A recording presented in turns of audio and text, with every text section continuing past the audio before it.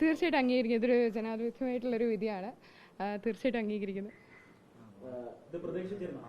പ്രതീക്ഷിച്ചിരുന്നത് ഞങ്ങൾ UDF-നെയാണ് സപ്പോർട്ട് ചെയ്തത്. UDF പറഞ്ഞതാണ് ഇതുവരെ കേട്ടിട്ടുള്ളൂ, ഇനി അങ്ങനെ കേൾക്കുന്നുള്ളൂ.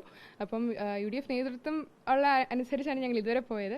അപ്പം അവരുടെ തീരുമാനം വരുമെന്നാണ് വിചാരിച്ചിരുന്നത്, പക്ഷെ അങ്ങനെയല്ല വന്നത്. തീർച്ചയായിട്ടും ഞങ്ങളുടെ കൂടെയുള്ള കൗൺസിലേഴ്സ് ഇവരെല്ലാം UDF പറഞ്ഞു കേട്ടോ, അല്ലെങ്കിൽ ഞങ്ങൾ പറഞ്ഞു കേട്ടോ, അല്ല നേതൃത്വം പറഞ്ഞ് അംഗീകരിച്ച് വന്നവരാണ് ഇവരെല്ലാവരും.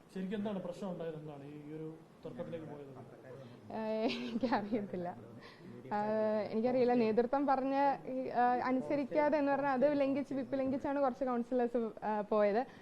അവരോട് തന്നെ ചോദിക്കണമായിരിക്കും. ഇല്ല, ഞാൻ പറയില്ല, നേതൃത്വം എപ്പോഴും ഞങ്ങളെ സപ്പോർട്ട് ചെയ്തിട്ടുണ്ട്, അല്ലെങ്കിൽ UDF-ന്റെ ബാക്കിംഗ് എപ്പോഴും എനിക്ക് കിട്ടിയിട്ടുണ്ട്. ഞാൻ എന്താ പറയുക, കൗൺസിലറായിട്ട് വന്ന ചെയർപേഴ്സൺ ഒരു വലിയ ഭാഗ്യം ലഭിച്ച ഒരാളാണ്. എനിക്ക് അവസരം ഉണ്ടാക്കി തന്നതും UDF ആണ്, അല്ലെങ്കിൽ കോൺഗ്രസ് നേതൃത്വമാണ്. അപ്പോൾ ആ ഒരു എന്താ പറയുക കടപ്പാട് എനിക്ക് എപ്പോഴും അവരോട് കാണും. ഈ കൂട്ടത്തിൽ ഒരാൾക്കെതിരെ മോഷണ പരാതി ഉന്നയിച്ചതാവണം ഞങ്ങൾക്ക് അംഗീകരിക്കാൻ കഴിയാത്തതെന്നാണ് അവരിപ്പോൾ പറഞ്ഞത് മാധ്യമങ്ങളെ കണ്ട്. എന്ന് വെച്ചാൽ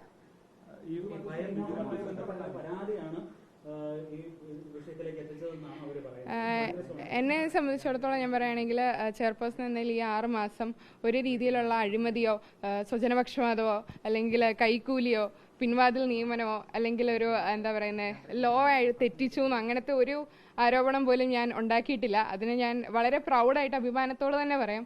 ഞാനിപ്പോൾ സ്റ്റെപ്പ് ഡൗൺ ചെയ്യുന്നത് ആ ഒരു ആത്മവിശ്വാസത്തോടെയാണ്.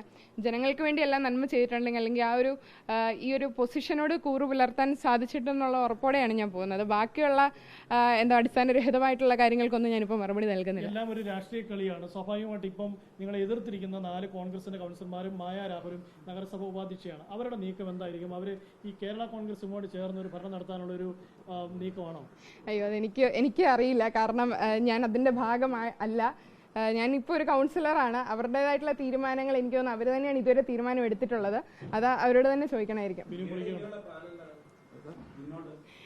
മുന്നോട്ട് തീർച്ചയായിട്ടും ഞാനൊരു കൗൺസിലറാണ്, 5 വർഷത്തേക്ക് ഒരു കൗൺസിലറാണ്. അത് നല്ല രീതിയിൽ മുന്നോട്ട് പോകണം.